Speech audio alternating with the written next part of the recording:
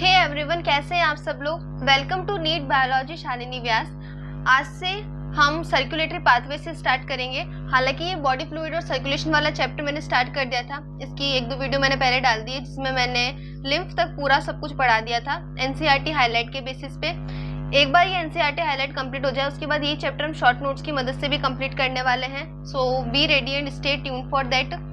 उसके अलावा मैंने biological classification, cell cycle, cell division और respiration, breathing and exchange of gases वाला जो चैप्टर है वो भी एनसीईआरटी हाईलाइट से और शॉर्ट नोट से कंप्लीट करवा दिया है। उसकी वीडियो भी आप चैनल में जाके देख सकते हैं। अनोटेटेड एनसीईआरटी शॉर्ट नोट्स और इम्पोर्टेंट क्वेश्चन के लिए टेलीग्राम चैनल ज्वाइन करना नहीं भूलेंगे आप। लिंक आपको डिस्क्रिप्शन में मिल जाएगा और अगर डिस्क्रिप्शन में ना मिले तो आप बायो में जाके उसके लिंक से टेलीग्राम चैनल ज्वाइन कर सकते हैं। आज स्टार्ट करते हैं सर्कुलेटरी पाथवे से।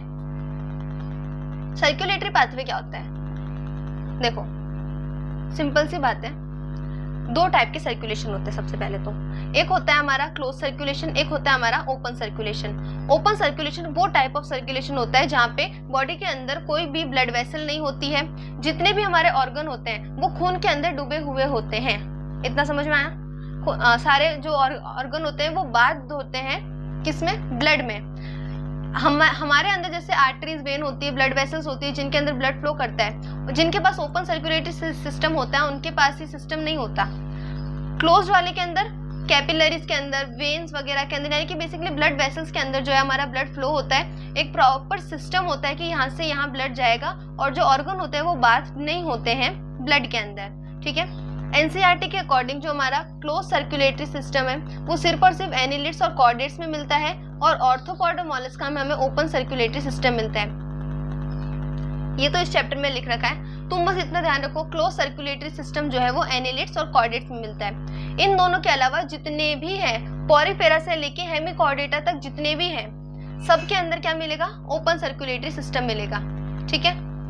नेक्स्ट है ये वाला जो पैटर्न है, जो क्लोज सर्कुलेटरी सिस्टम है जो कि हमें मिलता है, इंसानों में मिलता है। ये पैटर्न बहुत ज्यादा एडवांटेज प्रोवाइड करवाता है क्योंकि इनके अंदर जो ब्लड फ्लो होता है वो प्रेशर से भी फ्लो होता है, कहीं पे हाई प्रेशर, लो प्रेशर, उसके हिसाब से। तो इसके अकॉर्डिंग हम जो ब्लड को है प्रिसाइजली रेगुलेट करके रख सकते हैं। अब सबके अंदर जो हार्ट होता है वो डायरेक्टली 4 चैम्बर्ड हार्ट अपने आप नहीं आ गया था, धीरे धीरे इवोल्यूशन हुआ। जब हम कॉर्डेट्स की बात करते हैं तो हम देखते हैं पहले पाइसिस आए, फिर एम्फीबियंस आए, फिर रेप्टाइल्स आए, फिर बर्ड्स और फिर मैमल्स आए। ठीक है। तो जो चीज फिशेस में थी, जब हम हार्ट की इवोल्यूशन की बात करते हैं, जो फिशेस का हार्ट था वो था 2 चैम्बर का हार्ट। ठीक है, जिसके अंदर एक एट्रिया था, दूसरा वेंट्रिकल था। जब एम्फीबियंस आए तो 3 चैम्बर का हार्ट आ गया जिसके अंदर 2 आर्टरिया थे, लेफ्ट और राइट, और वेंट्रिकल्स एक ही था। एक ही वेंट्रिकल होने की वजह से जो एम्फीबियंस थे उनके अंदर मिक्सिंग ऑफ ब्लड हो जाता था। ध्यान से सुनना, एम्फीबियंस के अंदर 3 चैम्बर का हार्ट होता था। रेप्टाइल्स के अंदर भी 3 चैम्बर का हार्ट होता था। 3 चैम्बर का हार्ट मतलब उनके पास एक आर्टरिया राइट वाला होगा, एक आर्टरिया लेफ्ट वाला होगा और एक ही वेंट्रिकल होगा जो कि कॉमन होगा। वेंट्रिकल्स उसमें लेफ्ट और राइट में डिवाइडेड नहीं होते हैं। ठीक है। और जो क्या कहते हैं हम, जब हम कहते हैं ना कि रेप्टाइल्स जो है वो 3 चैम्बर्ड हार्ट शो करते हैं, ध्यान रखना क्रोकोडाइल कभी भी 3 चैम्बर्ड हार्ट शो नहीं करता है। क्रोकोडाइल एक एक्सेप्शन है रेप्टाइल्स में, वो 4 चैम्बर्ड हार्ट शो करता है। ठीक है।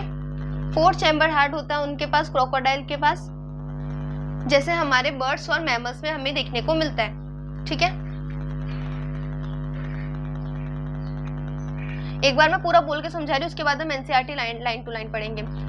ध्यान रखना, चाहे हार्ट 2 चैम्बर का हो, चाहे 3 चैम्बर का हो, चाहे 4 चैम्बर का हो, हार्ट है कॉर्डेट्स में है, वर्टिब्रेट्स में है, तो जो हार्ट होगा वो हमेशा मस्क्यूलर चैम्बर्ड हार्ट होगा। ठीक है। अब जो 4 चैम्बर्ड हार्ट होता है जो हमें बेसिकली क्रोकोडाइल्स में, बर्ड्स में, मैमल्स में देखने को मिलता है, वो 4 चैम्बर्ड हार्ट जो होता है उसके अंदर 2 आर्टरिया होंगे लेफ्ट और राइट और 2 वेंट्रिकल होंगे लेफ्ट और राइट। अब जब मैंने कहा था फ्रॉग के अंदर एक वेंट्रिकल होता है, तो जब आर्टरिया में ब्लड सेपरेटेड था, वेंट्रिकल्स में आने के बाद मिक्सिंग हो जाएगी ब्लड की मिक्सिंग होने का मतलब है कि ये जो होते हैं पोइकिलोथम्स हो जाते हैं। क्यों हो जाते हैं पोइकिलोथम्स? मतलब जो कोल्ड होते हैं, मतलब देखो इनके अंदर जब ब्लड की मिक्सिंग हो जाती है ना तो इनके पास एबिलिटी नहीं होती कि अपने बॉडी का टेम्परेचर रेगुलेट करके रख सकते हैं। ठीक है। अब अपन एनसीईआरटी पढ़ते हैं। All the vertebrates possess a muscular chamber heart, मैंने अभी बताया। फिशेस जो होती है उनके पास 2 चैम्बर का हार्ट होता है, जिसमें एक एट्रियम होता है और एक वेंट्रिकल होता है। एम्फीबियंस के पास और रेप्टाइल्स के पास, रेप्टाइल्स में क्रोकोडाइल्स की बात नहीं कर रही हूँ मैं, 3 चैम्बर का हार्ट होता है, जिसमें 2 एट्रिया होते हैं और एक सिंगल वेंट्रिकल होता है। सिंगल वेंट्रिकल होने की वजह से मिक्सिंग ऑफ ब्लड हो जाते हैं। फिर क्रोकोडाइल आते हैं, बर्ड्स आते हैं, मैमल्स आते हैं। इनके पास 4 चैम्बर वाला हार्ट होता है, जिसमें 2 आर्टरिया होते हैं और 2 ही वेंट्रिकल्स होते हैं। जो फिशेस होती हैं उनके अंदर किस टाइप का सिस्टम होता है, पहले इधर हम डायग्राम में देखेंगे, उसके बाद हम एनसीईआरटी पढ़ेंगे। जूम क्यों नहीं हो रही एनसीईआरटी? जो फिशेस होती हैं उनके पास कैसे होता है सर्कुलेशन ब्लड का, देखो सबसे पहले बॉडी पार्ट के पास जो डीऑक्सीजनेटेड ब्लड होता है, ये डीऑक्सीजनेटेड ब्लड जो है बॉडी पार्ट से जाएगा हमारे हार्ट के पास। हार्ट उस ब्लड को पंप करके भेजेगा गिल के पास। अभी तक जो ब्लड था वो इन दोनों ही केस में डीऑक्सीजनेटेड था, गिल्स ने उस ब्लड को जो है वो ऑक्सीजनेटेड बनाया। अब ये ऑक्सीजनेटेड ब्लड जो है बॉडी पार्ट को मिल जाता है। यहाँ पे जो हार्ट के अंदर ब्लड है एक बार ही आया है। ये कैसा सिस्टम है, सिंगल सर्कुलेशन वाला सिस्टम है, जो हमें फिशेस में देखने को मिलता है। देखो फिशेस में जो हार्ट होता है वो डीऑक्सीजनेटेड ब्लड को ही पंप करता है। ऑक्सीजनेटेड जो ब्लड होता है वो गिल्स जो है वो उस ब्लड को ऑक्सीजनेट बनाएंगी और फिर सारे बॉडी पार्ट को सप्लाई कर देंगी, जहाँ पे फिर से जो डीऑक्सीजनेटेड ब्लड होगा वो बॉडी पार्ट से निकलेगा और हार्ट तक पहुंच जाएगा। इसमें जो होता है ब्लड हार्ट तक सिर्फ एक ही बार आ रहा है, तो उसे हम सिंगल सर्कुलेशन कहते हैं। अगर मैं बात करूँ एम्फीबियंस और रेप्टाइल्स की, तो इनके अंदर क्या होता है, डायग्राम देखो, जो गिल्स होते हैं वो ऑक्सीजनेटेड ब्लड को लेफ्ट एट्रियम तक पहुंचाते हैं और बॉडी पार्ट से जो ब्लड आ रहा है वो जो डीऑक्सीजनेटेड ब्लड बॉडी पार्ट से हार्ट की तरफ आ रहा है वो राइट एट्रियम में एंटर करता है, ठीक है। और वेंट्रिकल्स में जो होता है मिक्सिंग ऑफ ब्लड हो जाती है। वेंट्रिकल्स में क्या हो जाता है, मिक्सिंग ऑफ ब्लड हो जाती है। एनसीईआरटी देखते हैं। एम्फीबियंस और रेप्टाइल्स में लेफ्ट एट्रियम रिसीव करता है हमारा ऑक्सीजनेटेड ब्लड, जो गिल्स, लंग्स या फिर स्किन से आ रहा है, जहां से भी रेस्पिरेशन हो रहा है। राइट एट्रियम को हमें डीऑक्सीजनेटेड ब्लड मिलता है जो कि बॉडी पार्ट से आ रहा है। हाउएवर जो दोनों ही राइट और लेफ्ट एट्रियम में अलग अलग जगह से ब्लड आए वो वेंट्रिकल्स में आके मिल जाएंगे। ऑक्सीजनेटेड ब्लड और डीऑक्सीजनेटेड ब्लड यहाँ पे मिल जाता है और मिक्स टाइप ऑफ ब्लड जो है वो पंप होता है हमारे वेंट्रिकल्स में। क्योंकि इसके अंदर आधा अधूरा सिस्टम देखने को मिल रहा है, सेपरेशन है भी, कहीं सेपरेशन नहीं है, तो उसे हम इनकम्प्लीट डबल सर्कुलेशन कहते हैं। लेकिन अब हम कंप्लीट डबल सर्कुलेशन की बात करते हैं, जहाँ हम ब्लड बर्ड और मैमल्स में देखते हैं या और क्रोकोडाइल में भी देखते हैं। इनमें क्या होता है, इनमें ये वाला सिस्टम होता है, ऐसे डिवीजन होता है, एट्रियम डिवाइडेड है और वेंट्रिकल्स भी डिवाइडेड है राइट और लेफ्ट में, ठीक है। बर्ड्स के अंदर जो होता है, जो बर्ड्स मैमल होते हैं जिनके अंदर डबल सर्कुलेशन होता है, वो ऑक्सीजनेटेड ब्लड जो है लेफ्ट एट्रियम में आएगा और डीऑक्सीजनेटेड ब्लड जो है वो हमारे राइट एट्रियम में आ जाएगा। मिक्सिंग ऑफ ब्लड इसके अंदर कोई नहीं होगी क्योंकि वेंट्रिकल्स भी सेपरेटेड हैं, इसलिए इनको डबल सर्कुलेशन कहते हैं। क्यों? क्योंकि जो हार्ट में ब्लड होता है वो यहाँ पे देखो 2 बार आ रहा है। फिशेस में हार्ट में ब्लड 1 बार आ रहा था, यहाँ पे 2 बार ब्लड आ रहा है दिल में, इसलिए इसको क्या कहते हैं, डबल सर्कुलेशन कहते हैं। यहाँ तक हो गया। अब हम ह्यूमन सर्कुलेटरी सिस्टम को पढ़ेंगे कि हमारे दिल में क्या कैसे होता है। अभी पेन वेन छोड़ेंगे और गौर से मुझे सुनेंगे, उसके बाद हम एनसीईआरटी पढ़ेंगे, ठीक है? समझ में आया? ध्यान से सुनो। हमारा दिल मीजोडर्मली डेराइव्ड ऑर्गन होता है पहली तो।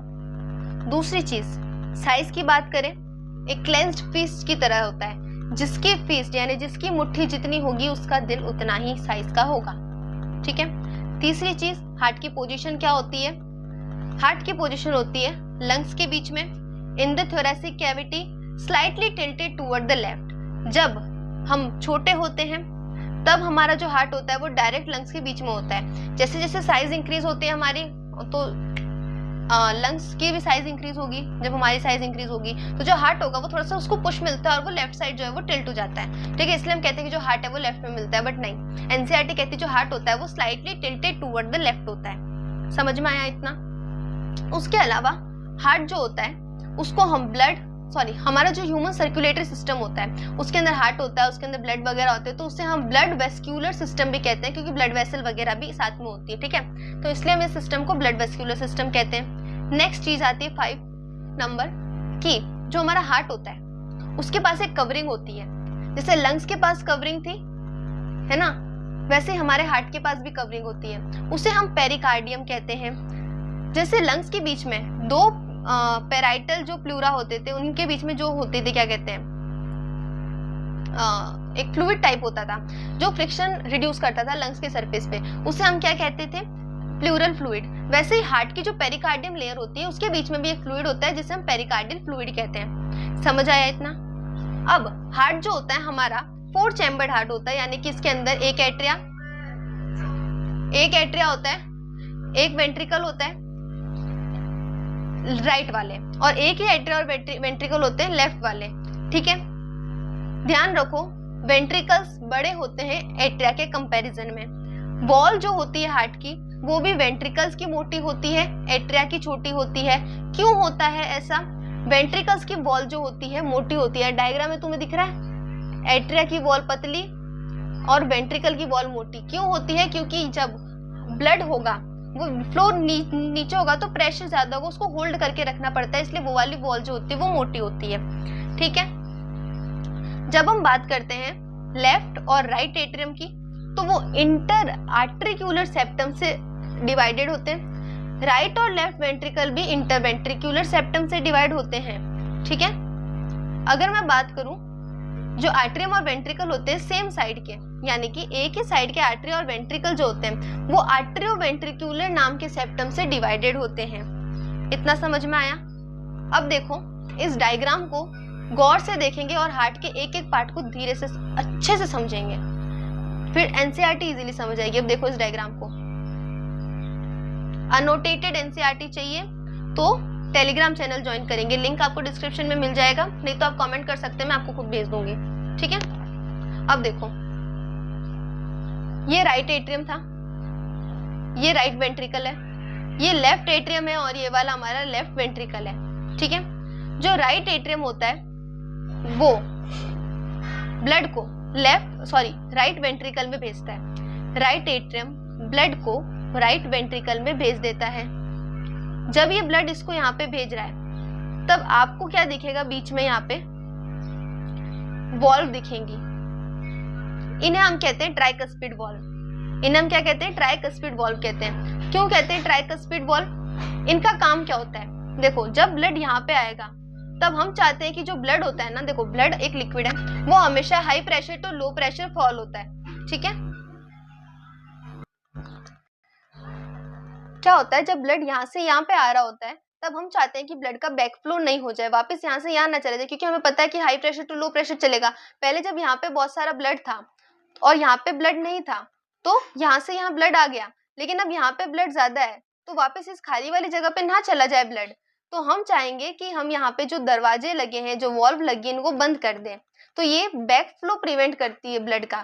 समझ गए?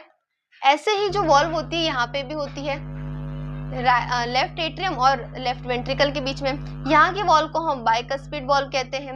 इन बाइकस्पिड वॉल्व को ही हम मिट्रियल वॉल्व भी कहते हैं। इनका काम क्या होता है? इनका काम भी यही होता है कि बैक फ्लो प्रिवेंट कर देती हैं। इतना समझ में आया? ध्यान रखो जो हमारा राइट वेंट्रिकल होता है, यहाँ से एक ऐसी ट्यूब लाइक एक वेसल निकलती है जिसे हम कहते हैं पल्मोनरी आर्टरी। ठीक है, ये होती है पल्मोनरी आर्टरी, और जो लेफ्ट वेंट्रिकल से निकलेगी उसे हम कहेंगे एओर्टा। समझ गए? ठीक है, अब देखो एओर्टा जो होता है वो हमारे बॉडी की सबसे बड़ी आर्टरी होती है। एओर्टा सबसे बड़ी आर्टरी होती है, और यहाँ पे होते हैं हमारे सुपेरियर वीना कावा और इंफेरियर वीना कावा। वीना कावा जो है सबसे बड़ी वेन है, सबसे बड़ी वेन वीना कावा, सबसे बड़ी आर्टरी एओर्टा। ध्यान रखो यहां से ये जो पल्मोनरी आर्टरी है, ये जो होती है ना, यहाँ पे सेमील्यूनर वॉल्व होती है। एक एक वर्ड को ध्यान से सुनो। राइट वेंट्रिकल से पल्मोनरी आर्टरी निकली, यहाँ पे होते हैं सेमील्यूनर वॉल्व। जैसे ट्राइकस्पिड वॉल्व इधर से यू जो है ब्लड का बैक फ्लो नहीं होने दे रहे थे, वैसे यहाँ लगे होते हैं सेमील्यूनर वॉल्व जो ब्लड का बैक फ्लो इधर नहीं होने। देखो जब ब्लड है यहाँ पे आ गया तो यहाँ से जो ब्लड है वो यहाँ यूं जाएगा। ठीक है, लेकिन हम चाहते हैं कि ब्लड उससे उल्टा ना आ जाए, इसलिए हमने यहाँ पे दरवाजे लगा रखे हैं जो पहले खुलेंगे, ब्लड जैसे ऐसे जाएगा वो बंद हो जाएंगे ताकि वापस ब्लड ऐसे ना आ जाए, समझे।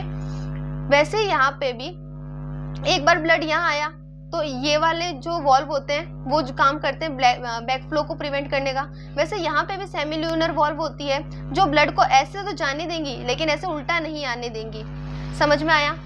जो सेमिल्यूनर वॉल्व पल्मोनरी आर्टरी पे लगी है, ठीक है,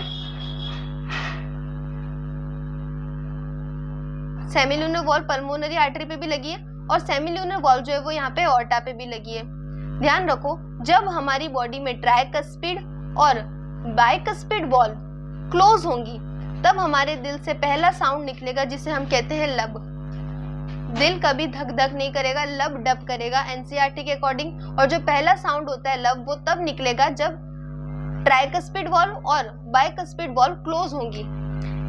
और जब हमारी सेमिल्यूनर वॉल्व क्लोज हो जाएंगी तब दूसरा साउंड निकलेगा जिसे डब कहेंगे।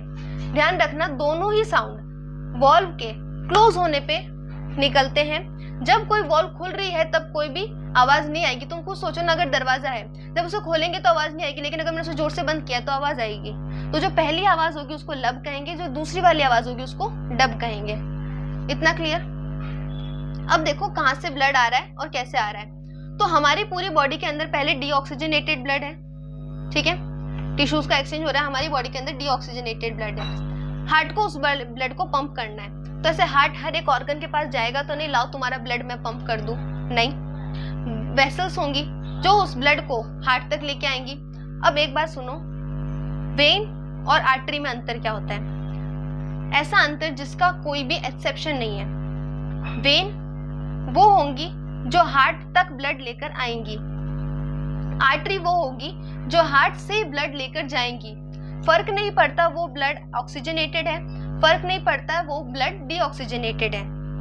अगर मैंने कहा कि कोई वेन है तो वो हार्ट को ब्लड लेकर आएगी, अगर वो आर्टरी है तो वो हार्ट से बॉडी पार्ट में ब्लड लेकर जाएगी। इतना समझ आया? अगर मान लो मुझे अपर बॉडी पार्ट से हार्ट तक ब्लड लेके जाना है तो उसे हम कहेंगे सुपेरियर वीना कावा। ये सुपेरियर वीना कावा का काम क्या होता है? ये अपर बॉडी पार्ट से हार्ट तक डीऑक्सीजनेटेड ब्लड लेके आती है। अब नीचे की बॉडी का भी तो पूरा ब्लड हार्ट तक पहुंचना जरूरी है, तो वो लेके आएगी हमारी इंफीरियर वीना कावा।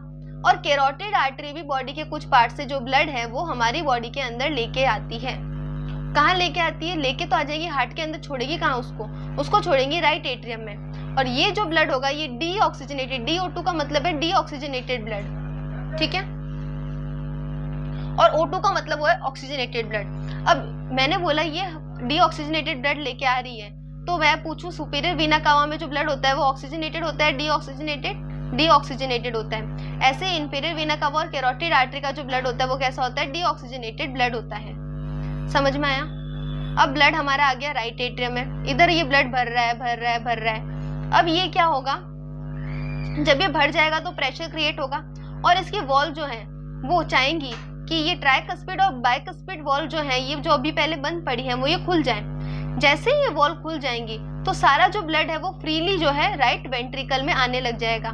राइट वेंट्रिकल में अभी कौन सा ब्लड आया है? Deoxygenated blood. जब ये ब्लड इधर आ जाएगा तो अब ब्लड चाहेगा कि पल्मोनरी आर्टरी से लेके जाए, भाई ये गंदा खून है, अभी इसको साफ करेंगे, हम डीऑक्सीजनेटेड ब्लड को ऑक्सीजनेटेड करेंगे। तो ये पल्मोनरी आर्टरी राइट वेंट्रिकल से ब्लड लेके जाएगी हमारे लंग्स के पास, ठीक है। जब ये ब्लड यहाँ से यहाँ चला जाएगा तब ये सेमिल्यूनर वॉल्व पहले खुलेगी, ब्लड इधर जाएगा और सेमिल्यूनर वॉल्व बंद हो जाएगी ताकि ब्लड का बैक फ्लो नहीं हो जाए। समझ आया? अब मुझे बताओ, राइट एट्रियम, राइट वेंट्रिकल और पल्मोनरी आर्टरी तीनों में कैसा ब्लड होता है? डीऑक्सीजनेटेड ब्लड होता है। इतना clear? Pulmonary artery deoxygenated blood को लंग्स के पास लेके गई। अब लंग्स क्या करेंगे? उसका एक्सचेंज करेंगे। लंग्स में एल्वियोली में एक्सचेंज ऑफ गैसेस होता है जो कार्बन डाइऑक्साइड लेके ऑक्सीजन दे देती है बॉडी को, ठीक है, ब्लड में। अब हमारा ब्लड जो होगा वो लंग्स से आने के बाद कैसा हो जाएगा? ऑक्सीजनेटेड हो जाएगा। लेकिन लंग्स से बॉडी पार्ट तक ब्लड लेके भी तो आना होगा। अब पल्मोनरी वेन वो वेन होती है जो लंग्स से हार्ट तक ब्लड लेके आती है, समझे? लंग्स से हार्ट तक ब्लड लेके आएगी और ये ब्लड क्योंकि लंग्स से आया है तो ऑक्सीजनेटेड ब्लड होगा। और किस में आएगा ऑक्सीजनेटेड ब्लड? पहली बार किस में आता है? लेफ्ट एट्रियम में आता है। अब यहाँ पे देखो, मैंने बोला वेन्स वो होती है जो ब्लड लेके आती हैं। तो चाहे मैं सुपीरियर वीना कावा की बात करूं, चाहे मैं पल्मोनरी वेन की बात करूं, या चाहे मैं इंफीरियर वीना कावा की बात करूं, अगर ये वेन्स हैं तो ब्लड लेके आएंगी। ये वाली जो है बॉडी से डीऑक्सीजनेटेड ब्लड ला रही है, लेकिन ये वाली जो है बॉडी पार्ट से हार्ट तक यानी कि लंग्स से हार्ट तक कौन सा ब्लड लेके आ रही है? ऑक्सीजनेटेड ब्लड लेके आ रही है। तो ये डिफरेंस है नॉर्मल वेन्स में और पल्मोनरी वेन्स में। इतना समझ आया? वैसे ही मैंने कहा जो आर्टरी होती है वो हार्ट से ब्लड लेके जाती है। जब ये हार्ट से डीऑक्सीजनेटेड ब्लड लेके जाएगी लंग्स तक ताकि उसे ऑक्सीजनेटेड किया जा सके, तो पल्मोनरी आर्टरी कहलाएगी जो डीऑक्सीजनेटेड ब्लड को कैरी कर रही है। लेकिन जब आर्टरी पूरा होने के बाद, पूरा जब प्रोसेस खत्म हो जाएगा और हार्ट से बॉडी पार्ट में ब्लड लेके जाएगी, तो उसे हम कहेंगे नॉर्मल जो हमारी आर्टरीज होती हैं, जिनका काम क्या होता है कि हार्ट से बॉडी पार्ट तक ऑक्सीजनेटेड ब्लड को ट्रांसपोर्ट करना। समझ आया? अब जो हमारा ब्लड था वो राइट एट्रियम में आ चुका है, लेफ्ट एट्रियम में आ चुका है, यहाँ तक आ गया। क्योंकि ये ब्लड लंग से आया तो ये कैसा हो जाएगा? ऑक्सीजनेटेड ब्लड हो जाएगा। अब फिर से प्रेशर क्रिएट होगा और कहेंगे हम कि बाइकस्पिड वॉल्व खुल जाओ अब तुम। ये बाइकस्पिड वॉल्व खुलेंगी और सारा ब्लड फ्रीली हमारे लेफ्ट वेंट्रिकल में आ जाएगा। अब क्योंकि यहाँ पे ब्लड आया तो यहाँ पे प्रेशर क्रिएट होगा।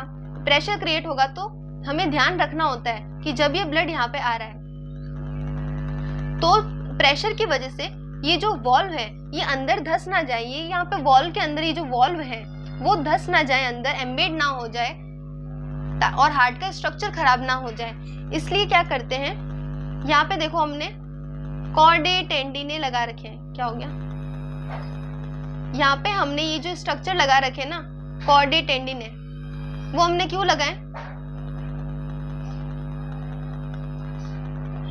ये जो सेमिल्यूनर वॉल्व है, ये जितनी भी वॉल्व यहाँ पे लगी इनको पकड़ के रखते हैं ताकि कभी भी प्रेशर की वजह से ये ऐसे अंदर की साइड ना हो जाए। समझ गए? तुम्हें दिख रहा होगा यहाँ पे मैंने कुछ कॉलम लाइक स्ट्रक्चर बनाया और ये सिर्फ वेंट्रिकल की वॉल्व में बनाए। क्यों?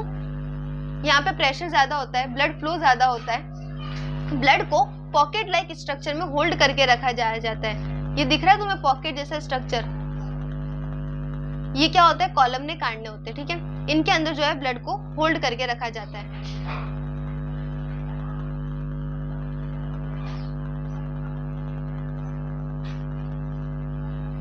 अब जो ब्लड है कहाँ जाएगा? यहाँ पे, यहाँ तक आ गया ब्लड। अब ये कॉलम ने काटने इसको होल्ड करके रखते हैं और फिर कहते हैं कि जो हमारा ब्लड है यहाँ पे ऑक्सीजनेटेड ब्लड जो आया है उसको अब जाना होगा कहाँ पे? हमारे एओर्टा में। अब एओर्टा में जाने के लिए सेमिल्यूनर वॉल्व ये वाली खुल जाती है, ये ब्लड यहाँ पे चला जाता है, ये वॉल्व बंद हो जाती है, सेकंड साउंड जो डब है वो प्रोड्यूस हो जाता है। और ये वॉल्व बंद क्यों हुई है? ताकि ब्लड जो है वो बैकफ्लो ना कर सके। अब ये हमारी आर्टरी है, इसके अंदर अब कौन सा ब्लड है? Oxygenated blood. ध्यान रखो, राइट एट्रियम, राइट वेंट्रिकल और पल्मोनरी आर्टरी में ऑक्सीजनेटेड ब्लड नहीं होता है, डीऑक्सीजनेटेड ब्लड होता है। ठीक है? लेफ्ट एट्रियम, लेफ्ट वेंट्रिकल और एओर्टा में जो है ब्लड ऑक्सीजनेटेड हो जाता है क्योंकि ये ब्लड वो होता है जो लंग्स से आया हुआ होता है। ठीक है? अब एओर्टा में आने के बाद जो आर्टरीज हैं वो ब्लड को जनरली जैसे करती है हार्ट से लेके पूरे बॉडी पार्ट में ट्रांसपोर्ट कर देंगी। इतना समझ में आया? हार्ट का स्ट्रक्चर पूरा क्लियर है? अभी हम एनसीईआरटी देख लेते हैं एक बार। एनसीईआरटी देखते हैं। ह्यूमन सर्कुलेटरी सिस्टम को हम ब्लड वेस्कुलर सिस्टम भी कहते हैं, मैंने बताया था। हमारे अंदर क्या होता है? मस्क्यूलर चैम्बर्ड हार्ट होता है। ठीक है? मस्क्यूलर चैम्बर्ड हार्ट होता है और एक क्लोज्ड ब्रांचिंग का ब्लड वेसल और ब्लड का नेटवर्क होता है। ब्लड क्या होता है? एक ऐसा फ्लूइड जो हमारी बॉडी में सर्कुलेट होता है, ट्रांसपोर्ट करता है न्यूट्रिएंट्स का, बाहर निकालता है एक्सक्रीटा वगैरह। ठीक है? सेल से। अब देखो हार्ट जो है एक मेसोडर्मली डेराइव्ड ऑर्गन है। कहाँ है ये? सिचुएटेड थोरेसिक कैविटी में between the lungs, slightly tilted toward the left. इसकी साइज कितनी होती है? एक लेंस फेस जितनी होती है इसकी size. Double walled membranous bag होता है ये, जिसे हम पेरिकार्डियम कहते हैं। ये जो पेरिकार्डियम है इसके अंदर पेरिकार्डियल फ्लूइड आ जाता है। ठीक है? हमारा जो हार्ट है वो 4 चैम्बर्ड होता है।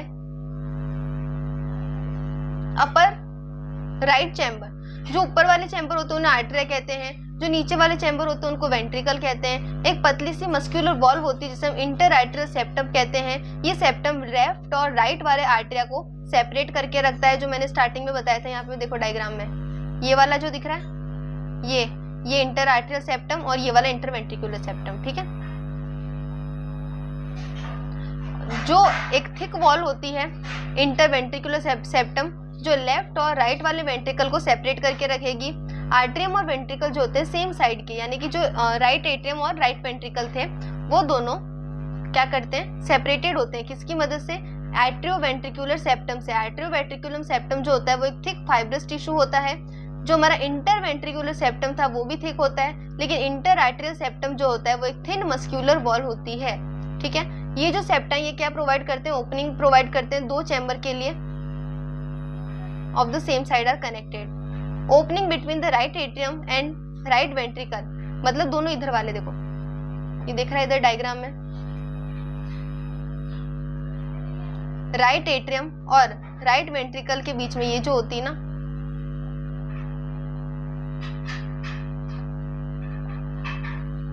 राइट एट्रियम और राइट वेंट्रिकल के बीच में यहाँ पे जो ओपनिंग होती है वो 3 कप लाइक जो वॉल्व होती है उससे गार्डेड होती है, जिसे हम कहते हैं हमारे ट्राइकस्पिड वॉल्व। और अगर लेफ्ट एट्रियम और लेफ्ट वेंट्रिकल की बात करूँ तो वो गार्डेड होती है बाय बाइकस्पिड वॉल्व, जिसे हम और क्या कहते हैं, मीट्रियल वॉल्व कहते हैं। Opening of the right and left ventricle, right और लेफ्ट वेंट्रिकल की जो ओपनिंग है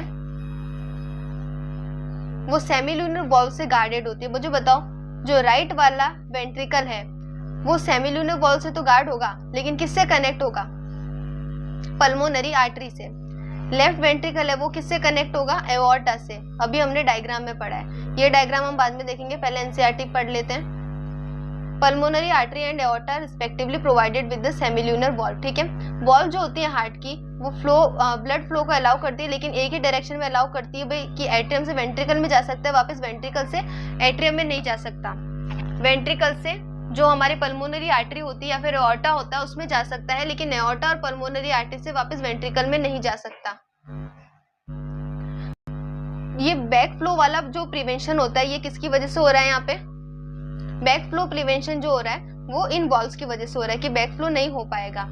अब हम देखते हैं जो हमारा हार्ट होता है वो पूरा कार्डियक मसल का बना होता है। जो वेंट्रिकल्स की वॉल होती हैं वो ज्यादा थिक होती है एज कम्पेयर टू आर्टरिया की वॉल। क्यों होती है, क्योंकि इन्हें ज्यादा ब्लड का प्रेशर सहन करना पड़ता है। एक स्पेशल कार्डियक मस्कुलेचर होता है जिसे हम नोडल टिश्यू कहते हैं। अब देखो, इसको छोड़ो, इसको डायग्राम में समझेंगे। पहले ये वाला डायग्राम देखते हैं। यहाँ पे एनसीईआरटी का डायग्राम है तो लेबलिंग याद करनी पड़ेगी। एक तो ये होता है एओर्टा। एओर्टा क्या है, सबसे बड़ी आर्टरी है जो ऑक्सीजनेटेड ब्लड को कैरी करती है, लेफ्ट वेंट्रिकल से ब्लड को लेके जाती है। उस डायग्राम को याद करो और इस डायग्राम के हर एक नाम को वापस बताओ कि इसके बारे में क्या क्या हमने पढ़ा था पहले वाले डायग्राम में जो मैंने हाथ से बनाया था। इसमें देखो पल्मोनरी आर्टरी, पल्मोनरी आर्टरी क्या काम करती है, राइट वेंट्रिकल से ब्लड लेके जाएगी हमारे लंग्स तक। अब क्योंकि लंग्स तक ब्लड लेके जा रही है तो डीऑक्सीजनेटेड ब्लड कैरी करेंगी। पल्मोनरी वेन जो होती है वो लंग्स से ब्लड लेके आती है हमारे लेफ्ट एट्रियम तक, तो क्योंकि लंग्स से ब्लड लेके आ रही है तो ऑक्सीजनेटेड ब्लड होगा इनके पास।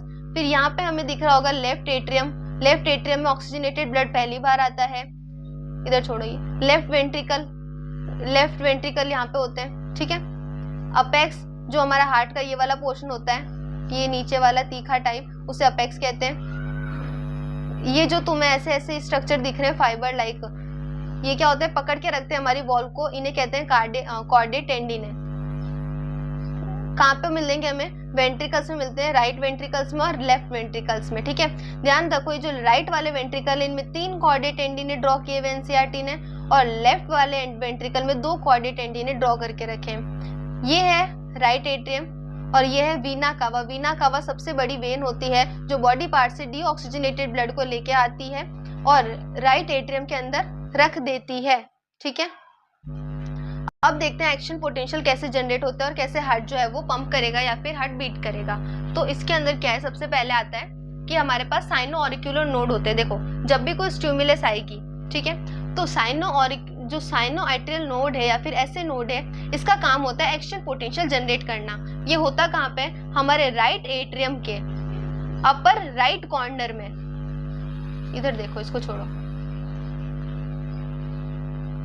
ये डायग्राम दिख रहा है?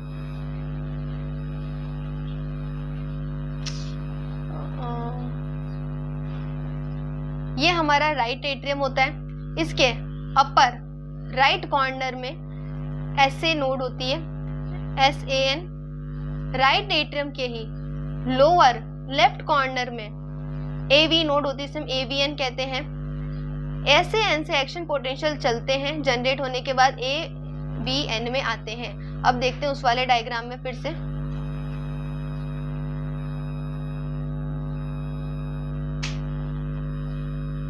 एक्शन पोटेंशियल जनरेट कौन करता है? Sino arterial node. Sino arterial node से जो एक्शन पोटेंशियल है किसके पास आएंगे? एट्रियोवेंट्रिकुलर नोड के पास आएंगे, ठीक है। एट्रियोवेंट्रिकुलर नोड आगे एक्शन पोटेंशियल को कहाँ भेजेंगे? यहाँ पे तुम्हें जो इंट्रोवेंट्रिकुलर सेप्टम दिख रहा है, इसके अंदर होते हैं बंडल ऑफ हिस।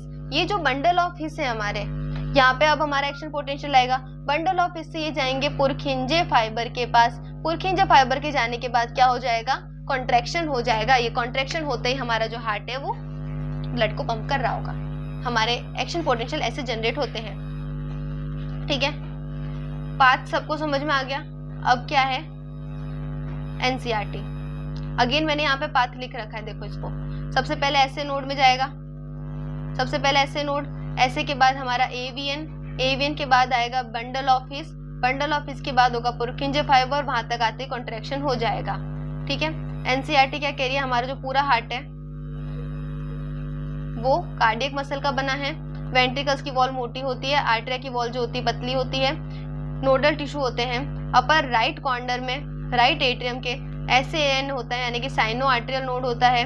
एक अनदर मास होता है नोडल टिश्यू का, जो कि लोअर लेफ्ट कॉर्नर में होता है राइट एट्रियम के। अभी हमने डायग्राम में देखा, ये आर्टरियोवेंट्रिकुलर सेप्टम के काफी पास में होता है, जिसे हम AVN या आर्टरियोवेंट्रिकुलर नोड कहते हैं।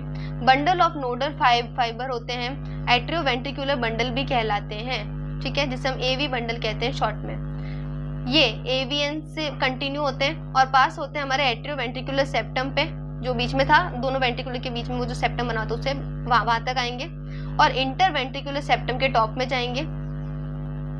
इमीडिएटली जो है लेफ्ट और राइट बंडल ऑफ इसमें ये लोग डिवाइड हो जाते हैं। ये जो ब्रांचेस हैं वो छोटे छोटे फाइबर्स को जन्म देती हैं। फाइबर को जन्म देने के बाद इन फाइबर का नामकरण होता है, जिन्हें हम पुरखिंजे फाइबर कहते हैं। नोडल मस्कुलेचर के पास ऐसी एबिलिटी होती है कि वो एक्शन पोटेंशियल जनरेट कर सके, यानी कि जो SAN है उसके पास ये एबिलिटी है कि वो एक्शन पोटेंशियल जनरेट कर सके विदाउट एनी एक्सटर्नल स्टिमुलाई, बाहर का कोई भी एक्सटर्नल स्टिमुलाई आए के बिना, ठीक है। मतलब हमें बाहर से बॉडी में चेंजेस नहीं करने पड़ रहे हैं, बिना किसी एक्सटर्नल चेंजेस के या फिर एक्सटर्नल स्टिमुलाई के हमारा जो SAN है जो अपने आप ही एक्शन पोटेंशियल को जनरेट कर देता है। इसका मतलब ये ऑटो एक्साइटेबल होता है, यानी कि इसको किसी की जरूरत नहीं है, ये सारा काम अपने आप ही कर रहा है, ठीक है। However, the number of action potential that could be generated in a very minute quantity in different part of the nodal system. SAN can generate, SAN जो है ऑटो एक्साइटेबल बनाता है हार्ट को, मतलब खुद ही जनरेट कर रहा है। अब इसके पास एबिलिटी है कि जनरेट कर सके maximum number of action potential को, यानी कि 1 मिनट में 70 to 75 एक्शन पोटेंशियल जनरेट कर लेता है।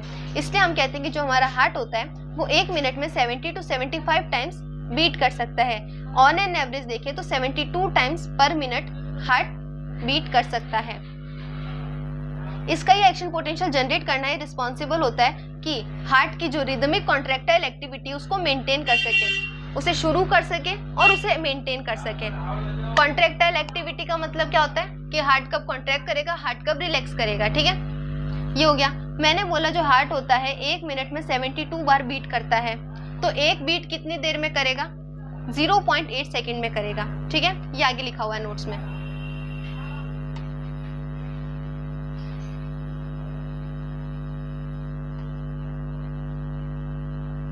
अब नेक्स्ट है कार्डियक साइकिल। इसको छोड़ो, पहले NCERT को छोड़ो और अगेन ये शॉर्ट नोट्स देखो। चिंता मत करो, शॉर्ट नोट्स का जो लेक्चर होगा उसमें ये नहीं होगा, मैं फिर से ब्लैंक स्लाइड पे लिख के पूरा समझाऊंगी, पूरा चैप्टर जिसमें एनसीईआरटी नहीं होगी।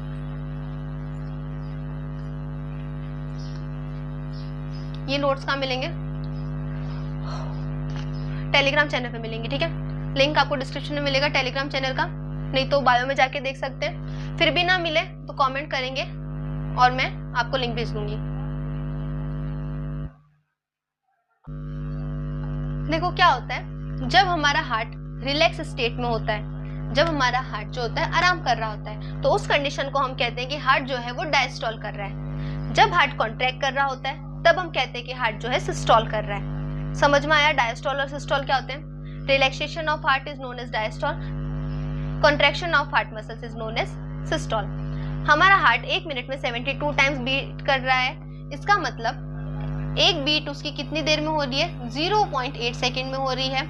इस ड्यूरेशन को हम कार्डियक साइकिल की ड्यूरेशन कहते हैं। तो कोई पूछे what is the duration of cardiac cycle, उसे हम कहेंगे 0.8 सेकेंड होती है, ठीक है।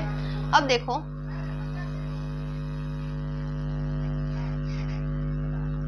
ये डायग्राम दिख रहा है, एक होता है कंप्लीट डायस्टॉल 0.4 सेकंड का होता है, 0.8 सेकंड को डिवाइड किया हुआ। देखो कंप्लीट डायस्टॉल यानी कि जो आर्टरी वेंट्रिकुलर दोनों होते हैं वो पूरा ही रिलैक्स कर रहे हैं 0.4 सेकंड के लिए। 0.1 सेकंड के लिए हमारा आर्टरिया जो है वो सिस्टॉल करता है यानी कि कॉन्ट्रैक्ट करता है। 0.3 सेकंड के लिए वेंट्रिकल्स अपना कॉन्ट्रैक्शन शो करते हैं। समझ गया? अब देखो कहाँ गया। सबसे पहले देखते हैं डायस्टॉल कैसे होता है, रिलैक्स कैसे हो रहा है। सुपेरियर वीना कावा होगी, इंफीरियर वीना कावा होगी, दोनों से जो ब्लड है आएगा हमारे राइट एट्रियम में। राइट एट्रियम में जब ब्लड आया है तब पहले देखो प्रेशर, ब्लड आ रहा है आ रहा है आ रहा है, लेकिन हमारा हार्ट तो डायस्टॉल है, रेस्ट कर रहा है, सो रहा है वो तो फिर क्या होगा, हार्ट जब रेस्ट कर रहा है तब साइनो जो SVC है यानी कि सुपीरियर वीना कावा है और इंफीरियर वीना कावा है वो ब्लड लाना नहीं रोकेगी, तो जो आर्टरिया होगा उसके अंदर प्रेशर क्रिएट हो जाएगा। जब आर्टरिया अपना काम नहीं कर रही है फिर भी उसके पास ब्लड आ रहा है तो प्रेशर क्रिएट होगा। अगर कोई काम नहीं कर रहा है लेकिन फिर भी उसके ऊपर काम का प्रेशर आ रहा है, काम तो बंद नहीं हो रहा ना, काम तो आ ही रहा है, हाँ है कि वो काम कर नहीं रहा है अभी। तो जब आर्टरिया काम नहीं कर रहा है तो उस टाइम क्या होगा, हाई प्रेशर हो जाएगा। क्यों? क्योंकि ब्लड आ रहा है। अब हाई प्रेशर हो गया तो जो हमारा आर्टरिया है और वेंट्रिकल है दोनों उस टाइम में रिलैक्स थे, दोनों में पहले प्रेशर कम था इसलिए उन्होंने रिलैक्स किया, लेकिन अब ब्लड आने की वजह से प्रेशर हाई हो गया। ब्लड की टेंडेंसी होती है कि वो high pressure to low pressure हमेशा जाएगा। तो आर्टरिया में जब प्रेशर हाई हो गया, अब वेंट्रिकल्स भी रिलैक्स कर रहे थे लेकिन वेंट्रिकल्स में अभी तक ब्लड नहीं पहुंचा, तो वेंट्रिकल्स में प्रेशर कितना है, अभी लो प्रेशर है। अब आर्टरिया में ब्लड है, हाई प्रेशर है, एट्रिया में ब्लड नहीं है, लो प्रेशर है। ब्लड को हाई प्रेशर से लो प्रेशर फॉल करना होता है तो ब्लड फ्रीली चला जाएगा हमारे आर्टरिया से वेंट्रिकल में। क्लियर इतना? आर्टरिया से वेंट्रिकल में जब ब्लड जाएगा तब हमारे ट्राइकस्पिड वॉल्व और बाइकस्पिड वॉल्व खुल जाएंगे ताकि ब्लड जा सके।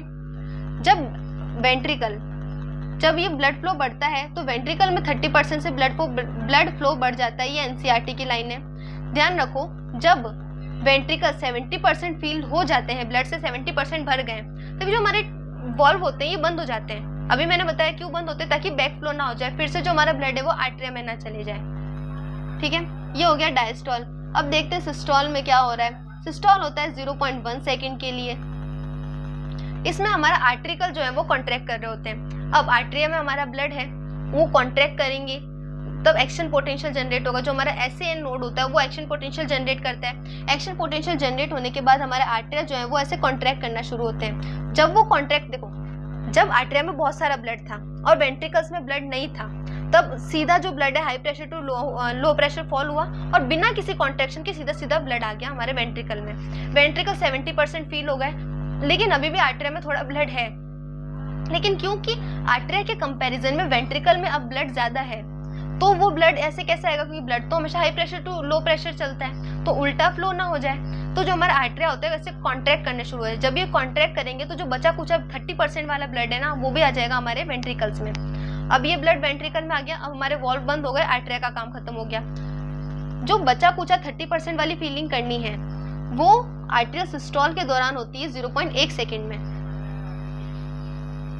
अब आता है हमारे वेंट्रिकल। अब जब वेंट्रिकल पूरा 100% ब्लड से भर गए तो ये चाहेगा कि ये जो डीऑक्सीजनेटेड ब्लड है ये लंग्स तक पहुंचे, और लंग्स तक पहुंचने के लिए इसे ये ब्लड पूरा भरना पड़ेगा किसमें, पल्मोनरी आर्टरी में।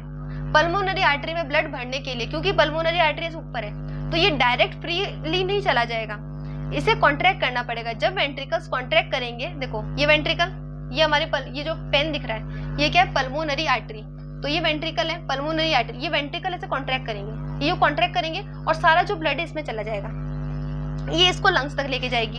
अब यहाँ से ब्लड जो यहाँ पे जाएगा, जो ब्लड जाएगा, देखो ऐसे हुआ था, ये ऐसे हुआ और ये ब्लड यहाँ से चला गया। अब वेंट्रिकल जब कॉन्ट्रैक्ट होंगे, जब वेंट्रिकल का हमारा सिस्टोल होगा वो 0.3 सेकंड के लिए होगा, क्योंकि इससे थोड़ा सा ब्लड नहीं, आर्टरिया को सिर्फ 30% ब्लड कॉन्ट्रैक्शन से भेजना था, इसलिए 0.1 सेकंड में इसका सिस्टोल खत्म हो गया। लेकिन वेंट्रिकल्स को तो 100% ब्लड जो है वो कॉन्ट्रैक्शन से ही भेजना है, तो 0.3 सेकंड तक भाई साहब कॉन्ट्रैक्ट ही करते रह जाएंगे। जब ये कॉन्ट्रैक्ट करेंगे तो ब्लड जो है वो पल्मोनरी आर्टरी में चला जाएगा। अब जब ये ब्लड जा रहा था तब हमारे सेमील्यूनर वॉल्व जो थे वो खुल गए थे।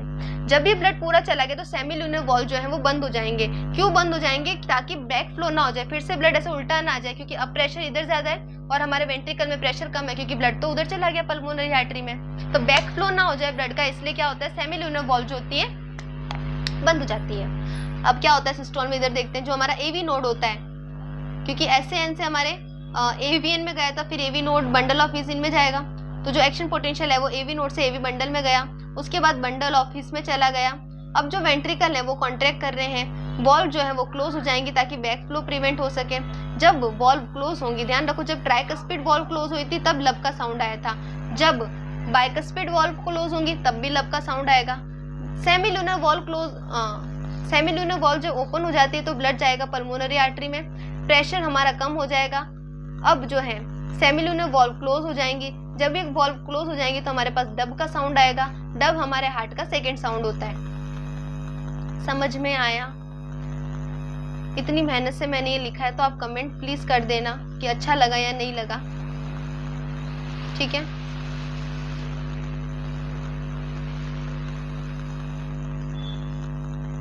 अब देखो एनसीईआरटी पढ़ते हैं। जो हमारा हार्ट होता है वो शुरू होता है, मतलब हम ऐसे मानते हैं कि हमारे हार्ट में अभी चारों चैम्बर जो है आराम से रिलैक्स कर रहे हैं, अपने आराम कर रहे हैं, तभी हम उनको क्या कहते हैं, जॉइंट डायस्टॉल हो रहा है, यानी कि सब आराम कर रहे हैं। ट्राइकस्पिड और बाइकस्पिड वॉल्व आराम से खुले पड़े हैं, कोई दिक्कत नहीं है, ब्लड ही नहीं है तो क्या बैक फ्लो प्रिवेंट करना, क्या बंद होना, आराम से बैठे, ठीक है? पल्मोनरी वेन्स, वीना कावा, ये कम नहीं है, इनसे फ्लो हुआ, लेफ्ट और राइट वेंट्रिकल में ब्लड आया। पल्मोनरी वेन लेफ्ट में लगेगी, पल्मोनरी वेन लेफ्ट एट्रिया में ब्लड लाएगी, वीना कावा राइट एट्रिया में ब्लड लेके आएगा, और उसके बाद लेफ्ट एट्रिया से ब्लड जाएगा लेफ्ट वेंट्रिकल में, राइट एट्रिया से ब्लड जाएगा राइट वेंट्रिकल में। सेमील्यूनर वॉल्व अब क्लोज हो जाएंगी, क्लोज होते ही डब का साउंड आएगा। ऐसे एन जो है वो जनरेट करेगा action potential, action potential generate होते ही एट्रिया जो है वो स्टिमुलेट हो जाएंगे। अब साइमल्टेनियसली यानी कि एक साथ जो है वो कॉन्ट्रैक्शन शुरू हो जाएगा। जब एट्रिया कॉन्ट्रैक्ट करते हैं तो उसे हम एट्रियल सिस्टोल कहते हैं। इसकी वजह से जो ब्लड फ्लो है वो वेंट्रिकल्स में 30% से इंक्रीज हो जाता है। रिमेनिंग 30% वाली फीलिंग किसकी वजह से हुई थी? जब एट्रियोल ने सिस्टोल किया था, ठीक है? Action potential is conducted by the AVN और एवी बंडल से होता है एक्शन पोटेंशियल का कंडक्शन। उसके बाद बंडल ऑफ हीस आ जाते हैं जो कि पूरे वेंट्रिकुलर मस्कुलेचर में डिस्ट्रीब्यूटेड होते हैं। ये कॉज करते हैं वेंट्रिकल मसल को कॉन्ट्रैक्ट करवाते हैं, ये वेंट्रिकल का सिस्टोल हो जाता है, यानी कि again ventricular contraction, ventricular systole होता है, कॉन्ट्रैक्शन हो जाता है। Atria undergoes the relaxation. अब जो है एट्रिया में क्या हुआ था, ब्लड सारा वेंट्रिकल में चला गया, अब खाली है वो, अब वो रिलैक्स करेंगे, अपना काम हो गया। तभी जो हमारा ट्राइकस्पिड बाइकस्पिड वॉल्व क्लोज हो जाते हैं, और क्लोज होते ही लब का साउंड देने लगते हैं। Due to attempted backflow of the blood into the arteria. हमें ब्लड ऐसा क्यों हो रहा है, बंद क्यों हो रहा है? क्योंकि हमें बैक फ्लो को रोकना है। ये बात मैंने कितनी बार बता दी है। जब वेंट्रिकल का जो प्रेशर होता है वो इंक्रीज हो जाता है, ठीक है? वेंट्रिकल के अंदर जब प्रेशर बहुत ज्यादा बढ़ जाएगा तो सेमील्यूनर वॉल्व जो है वो खुलेंगे पल्मोनरी आर्टरी में, और जब लेफ्ट वेंट्रिकल का प्रेशर इंक्रीज हो जाएगा तो एओर्टा वाले सेमिल्यूनर वॉल्व खुलेंगे, खुलते ही ब्लड जो है वो इनके अंदर चला जाएगा, उसके बाद ये वॉल्व बंद हो जाएंगे और डब का साउंड हमें मिल जाएगा। वेंट्रिकल का प्रेशर जो है वो बाद में गिर जाता है, ट्राइकस्पिड बाइकस्पिड वॉल्व भी खुल जाते हैं। वही जो मैंने समझाया सब सेम लिखती है एनसीईआरटी, ठीक है। Blood now once again move freely to the ventricle, ventricle और आर्टरिया अब फिर से जॉइंट डायस्टॉल करने लग जाते हैं, फिर से रिलैक्स हो जाते हैं जैसे स्टार्टिंग में था। ऐसे जनरेट करते हैं एक्शन पोटेंशियल को, और जो प्रोसेस है वो शुरू से वापस पहले की तरह होने लगता है, यानी कि जो साइकिल है वो रिपीट होने लगती है। अब हम देखते हैं कि हार्ट का जो है सीक्वेंशियल इवेंट जो होता है, मतलब ये जो पूरा इवेंट होता है जब सिस्टोल हो रहा है, जब डायस्टोल हो रहा है, फिर सिस्टोल हो रहा है, फिर डायस्टोल हो रहा है, एट्रिया का हो रहा है, वेंट्रिकल का हो रहा है, बोथ एट्रिया और वेंट्रिकल का जो साइमल्टेनियस सिस्टोल और डायस्टोल होता है उसे हम क्या कहते हैं, उसे ही हमें कार्डियक साइकिल कहते हैं, ठीक है। इसमें आर्टरिया भी सिस्टोल डायस्टोल कर रहा है और वेंट्रिकल्स भी सिस्टोल और डायस्टोल कर रहे हैं, ठीक है। हार्ट की बीट कितनी थी 72 टाइम्स पर मिनट, एक मिनट में कितनी कार्डियक साइकिल हो रही है 0.1 सेकेंड की हो रही है। एक कार्डियक साइकिल क्या होता है, हर एक वेंट्रिकल जो होता है वो बेसिकली 70 ml का ब्लड पंप करता है एक साइकिल में। इस 70 ml ब्लड पंप करने को हम स्ट्रोक वॉल्यूम कहते हैं। स्ट्रोक वॉल्यूम को जब हम हार्ट रेट से मल्टीप्लाई करते हैं तो हमें कार्डियक आउटपुट मिल जाता है। इधर देखो, टेलीग्राम चैनल ज्वाइन करो, कर लेना। स्ट्रोक वॉल्यूम हुई एक वेंट्रिकल एक साइकिल में कितना ब्लड पंप कर रही है 70 ml, उस ब्लड पंप को ही हम स्ट्रोक वॉल्यूम कहते हैं। जनरली 70 ml करती है, पर अगर न्यूमेरिकल क्वेश्चन में कोई और वैल्यू लिखी हो तो उसको देख के आपको कैलकुलेशन करनी होगी, ठीक है। उसको जब मैं हार्ट रेट से मल्टीप्लाई कर दूं जो बेसिकली 72 होती है, अगेन अगर क्वेश्चन में कुछ और दे रखी है तो उससे मल्टीप्लाई करना, दोनों को मल्टीप्लाई करने पे हमें कार्डियक आउटपुट मिल जाता है, यानी कि कितना लीटर जो हमारा हार्ट है वो एक दिन में एक बार में ब्लड पंप करता है, पूरी बॉडी का ब्लड हो जाता है। इधर देखो 70 जो हमारी स्ट्रोक वॉल्यूम है जनरली, 72 जो हमारा हार्ट रेट है जनरली, दोनों को मल्टीप्लाई करते हैं 5040 ml आता है, जो कि जनरली 5000 ml के बराबर होता है, यानी कि 5 लीटर का ब्लड पंप कर रहा है हमारा हार्ट। हमारी बॉडी में कितना ब्लड होता है, इतना ही होता है, ठीक है।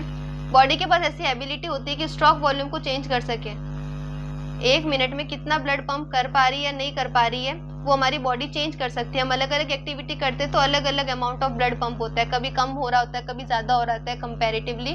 तो उसको जब हम स्ट्रोक वॉल्यूम को चेंज कर पाते हैं, हमारे पास एबिलिटी कि हम हार्ट रेट को चेंज कर देते हैं, कभी डर जाते तो हार्ट रेट फास्ट हो जाती है तो जल्दी ब्लड पंप हो रहा होता है, तो उसकी वजह से हम कहते हैं कि हमारी बॉडी की एबिलिटी होती है कि ये कार्डियक आउटपुट को चेंज कर दे। जैसे कि एक इंसान है जो साधारण आदमी ऑर्डिनरी मैन है, उसकी हार्ट बीट जो होगी वो हमेशा कम होगी जब मैं उसकी हार्ट बीट को एथलीट के कंपैरिजन में करूं, यानी कि एक एथलीट की हार्ट बीट हमेशा ज्यादा होगी क्योंकि वो एक्टिविटी ज्यादा कर रहा है, ठीक है। हर एक कार्डियक साइकिल में दो प्रोमिनेंट साउंड होते हैं, एक होता है लब, दूसरा होता है डब। जो लब साउंड होता है वो पहला साउंड होता है हार्ट का, और वो कब होता है जब ट्राइकस्पिड और बाइकस्पिड वॉल्व जो है बंद हो जाती है। जो सेकंड साउंड होता है डब, वो तब प्रोड्यूस होता है जब सेमिल्यूनर वॉल्व जो है वो क्लोज हो जाती है। This sound are of clinical diagnostic significance. इन साउंड्स का सुनना काफी ज्यादा इंपॉर्टेंट होता है, जिससे हमें पता चल जाता है कि हार्ट रेट कैसी चल रही है, ठीक है। अब आ जाते हैं हमारे ईसीजी की तरफ। ईसीजी को यहाँ पे छोड़ो और यहाँ पे देखो अगेन, किसी ने चैनल को सब्सक्राइब नहीं किया और वीडियो को लाइक नहीं किया तो तुम देखना, इतना फ्री में पढ़ के मत जाया करो यार। इलेक्ट्रोकार्डियोग्राम क्या होता है देखो, सबसे इजी वर्ड है इलेक्ट्रोकार्डियोग्राफी। सबसे लास्ट वर्ड देखो पहले, इलेक्ट्रोकार्डियोग्राफी मतलब पढ़ने से ही पता चल रहा है, एक काइंड ऑफ टेक्निक है, ठीक है। ईसीजी इलेक्ट्रोकार्डियोग्राफी लिखा है, इसका मतलब वो एक टेक्निक है। लेकिन अगर मैंने बोला इलेक्ट्रोकार्डियोग्राफ, तो इलेक्ट्रोकार्डियोग्राफ वो ग्राफ नहीं होता है, वो जो ग्राफ होता है ना जिसके ऊपर ऐसे ईसीजी बनी होती है, उसको हम इलेक्ट्रोकार्डियोग्राफ नहीं कहते हैं, उसको हम कहते हैं इलेक्ट्रोकार्डियोग्राम। तो इलेक्ट्रोकार्डियोग्राफ क्या है, वो जो मशीन लगी होती है उस मशीन को इलेक्ट्रोकार्डियोग्राफ कहते हैं, और जो ग्राफ आता है उसको इलेक्ट्रोकार्डियोग्राम कहते हैं, उल्टा कहते हैं, समझ गए। और इलेक्ट्रोकार्डियोग्राफी क्या होती है, टेक्निक होती है। अब हमारी एनसीईआरटी थोड़ा टीवी सीरियल पे आते हुए देखो क्या कह रही है। आपने देखा होगा टीवी सीरियल में ऐसे सीन आते हैं जहाँ पे एक पेशेंट होता है, वो एक मॉनिटरिंग मशीन से अटैच होता है, और उसका जो हार्ट होता है वो ऐसे साउंड कर रहा होता है, पिप पिप पिप पी, ऐसा साउंड कर रहा होता है, ऐसा एनसीईआरटी कह रही है। पी वाला साउंड कब आता है? जब वो जो पर्सन होता है उसको कार्डियक अरेस्ट हो जाता है, ठीक है। मशीन जो है उसको हम इलेक्ट्रोकार्डियोग्राफ कह रहे हैं, जो ग्राफ मिला उसे हम ईसीजी यानी कि इलेक्ट्रोकार्डियोग्राम कह रहे हैं, जो ग्राफिकल रिप्रेजेंटेशन होगा उसको हम क्या कहते हैं? इलेक्ट्रोकार्डियोग्राम कहते हैं। ये इलेक्ट्रिकल एक्टिविटी शो करता है हमारे हार्ट की जब एक कार्डियक साइकिल हो रही होती है। जब हम स्टैंडर्ड ईसीजी को ऑब्टेन कर लेते हैं, अगर हमें चाहिए कि हमें एकदम स्टैंडर्ड ईसीजी मिले तो हम क्या करेंगे? पेशेंट होगा उसको 3 इलेक्ट्रिकल लीड से ज्वाइन करेंगे उसकी बॉडी को। जनरली स्टैंडर्ड ईसीजी के लिए सिर्फ 3 इलेक्ट्रिकल लीड्स चाहिए होती है। जो पहली लीड होगी वो रिस्ट से ज्वाइन हो जाएगी, दूसरी जो लीड होगी वो दूसरी वाली रिस्ट से ज्वाइन हो जाएगी, जो तीसरी वाली लीड होगी वो हमारे पैर के लेफ्ट वाले एंकल से ज्वाइन हो जाएगी। अगर हमें और भी ज्यादा डिटेल्ड स्टडी चाहिए कि हमारा हार्ट कैसे फंक्शन कर रहा है तो उस केस में हम क्या करते हैं? चेस्ट एरिया से बहुत ज्यादा मल्टीपल लीड्स को ज्वाइन कर देते हैं, ठीक है। ये डिटेल्ड एक्टिविटी के लिए होता है। अभी हम जब बात करेंगे, जब हम पढ़ेंगे तब हम सिर्फ स्टैंडर्ड ईसीजी की ही बात करेंगे कि अगर कोई हेल्दी पर्सन है तो उसकी ईसीजी कैसी आएगी, ठीक है। अब स्टैंडर्ड ईसीजी को समझने के लिए एनसीईआरटी छोड़ो और इस डायग्राम पे आओ। पहले ये देखो, जब ये पी वेव बनेगी फिर ऐसे ऐसे होगा और ये क्यूआरएस वेव बनेगी। क्यूआरएक्स एक साथ होती है इसलिए हम क्यूआरएक्स कॉम्प्लेक्स कहते हैं। इसके बाद लास्ट में ये टी वेव बनेगी। यहां से लेके कहां गया? यहां से लेके यहां तक एक बार हार्ट बीट हुआ है, एक कार्डियक साइकिल हुई है। जितनी बार, पहली देख लो सबसे इजी लाइन और सबसे लास्ट वाली सबसे इंपॉर्टेंट लाइन बोल रही हूँ। हमें ईसीजी पूरी नहीं देखनी होती, सिर्फ ये जानने के लिए कितनी बार हार्ट बीट हुआ है। कितनी बार हार्ट बीट हुआ है एक मिनट में, जैसे कि 72 टाइम हम ऑन एन एवरेज मान के चलते हैं, तो वो देखने के लिए हम क्या करते हैं? ईसीजी के अंदर देखते हैं कि क्यूआरएस कॉम्प्लेक्स कितना है, क्योंकि ये बड़ा है तो इनमें दिख जाएगा ना। तो जितने ज्यादा क्यूआरएस कॉम्प्लेक्स होंगे उतना ही, जितने क्यूआरएस कॉम्प्लेक्स उतने ही हमारा हार्ट जो है उतनी बार कार्डियक साइकिल हुई है। अभी देखते हैं एक एक वेव का मतलब क्या है। सबसे पहले बनती है छोटी सी पी वेव। इसका क्या मतलब होता है? पी वेव का बनने का मतलब होता है हमारा जो आर्टरिया है वो एक्साइट हुआ या फिर डीपोलराइज हुआ है। एक्साइटेशन ऑफ आर्टरिया या फिर डीपोलराइजेशन ऑफ आर्टरिया, इसका मतलब जब दोनों आर्टरिया मिलके कॉन्ट्रैक्शन शो करते हैं, सिस्टोल शो करते हैं, तो पी वेव बनती है।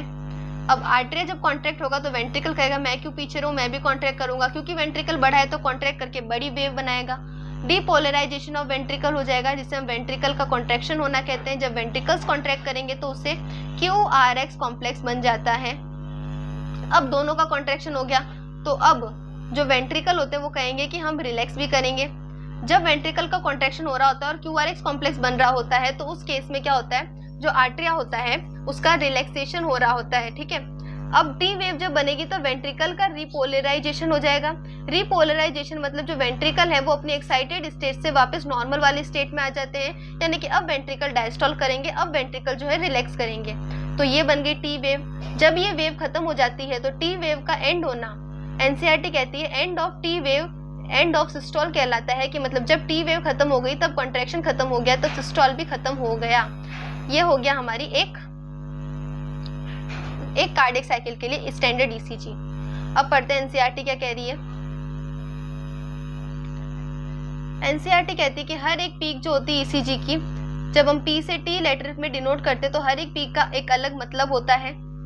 पी वेव जो होती है वो रिप्रेजेंट करती है इलेक्ट्रिकल एक्साइटेशन या फिर डीपोलराइजेशन ऑफ आर्टरिया, जिसका मतलब होता है कि दोनों आर्टरिया अभी क्या कर गए हैं? कॉन्ट्रैक्ट कर गए हैं। जब क्यूआरएक्स कॉम्प्लेक्स तब बनता है जब हमारे वेंट्रिकल डीपोलराइजेशन करते हैं। ये तब होता है जब वेंट्रिकल का कॉन्ट्रैक्शन होता है। ये कॉन्ट्रैक्शन स्टार्ट होता है क्यू के बाद। जब क्यू बन गया तब कॉन्ट्रैक्शन स्टार्ट होगा और उसके बाद हमें पता चलेगा कि सिस्टोल शुरू हो गया है, ठीक है। सिस्टोल डायस्टोल क्या होते हैं अगेन मैं ऊपर बता चुकी हूँ। जब हमारी टी वेव रिप्रेजेंट करेगी, टी वेव का क्या मतलब होगा कि रिपोलराइजेशन हो गया वेंट्रिकल का, यानी कि वेंट्रिकल जो पहले एक्साइटेड स्टेट में थे, जो काम कर रहे थे, वो रिलैक्स स्टेट में आ जाएंगे, नॉर्मल स्टेट में आ जाएंगे, यानी कि रिपोलराइजेशन हो जाएगा। जब टी वेव एंड हो जाएगी तो उसे हम कहेंगे एंड ऑफ सिस्टोल हो गया है, ठीक है। ये बात मैंने बताई थी, क्यूआरएस कॉम्प्लेक्स के नंबर जब तुम काउंट करते हो एक गिवन टाइम पीरियड में कितने क्यूआरएस कॉम्प्लेक्स है, तो हम एक ह्यूमन की हार्ट बीट बता सकते हैं, हार्ट रेट निकाल सकते हैं। ईसीजी जो होता है वो हर एक इंडिविजुअल के लिए लगभग सेम शेप होता है। अगर हेल्दी इंडिविजुअल की बात करूँ तो लगभग सेम शेप होता है लीड कॉन्फ़िगरेशन का। कभी भी अगर इस शेप से डेविएशन होता है तब हमें पता चल सकता है, अगर मैं इस शेप को याद कर लूँ मुझे पता चलेगी भाई इसमें कोई चेंजेस है, जो मैंने ईसीजी निकाली उसमें कोई चेंजेस है, तो हमें पता चल जाएगा कि भाई कोई ना कोई एबनॉर्मेलिटी है, कोई ना कोई डिजीज है, वो शेप के बेसिस पे हम देख सकते हैं। इसलिए हम कहते हैं कि जो ईसीजी होती है वो is of great clinical significance होती है, काफ़ी ज़्यादा इंपॉर्टेंट होती है। ठीक है, अब है डबल सर्कुलेशन और हमारा क्या कहते हैं ये रेगुलेशन ऑफ हार्ट और डिसऑर्डर्स। 1 घंटे की क्लास हो गई है। डबल सर्कुलेशन, रेगुलेशन और डिसऑर्डर्स हम नेक्स्ट क्लास में कर लेते हैं, है ना?